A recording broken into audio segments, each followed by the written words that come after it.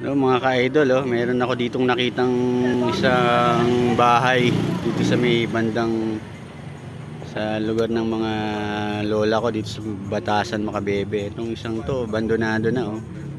So, napakagandang bahay. Nasa gitna siya ng tubig. Ayan, oh, parang napabayaan na, pero ang sabi daw may nakatira pa rin dyan. Pero paano sila kaya nakakadaan dito? Siguro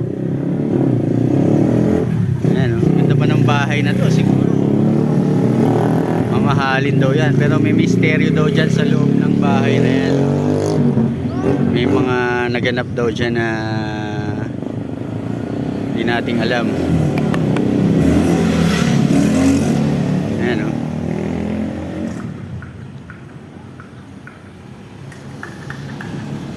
Ayan, talagang lumang luma na yung bahay. Ayan, nasa gitna siya ng para tong ilog, kasi lagi nagbabaha dito eh. Parang inabandon na siya, pero hanggang ngayon daw may nakatira pa. Kita mo naman yung mga ayan, parang meron pa mga gamit dun sa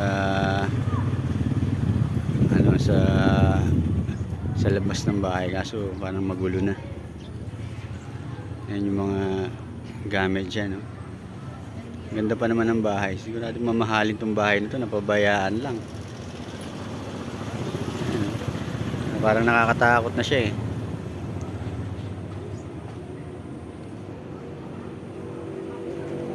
Yan,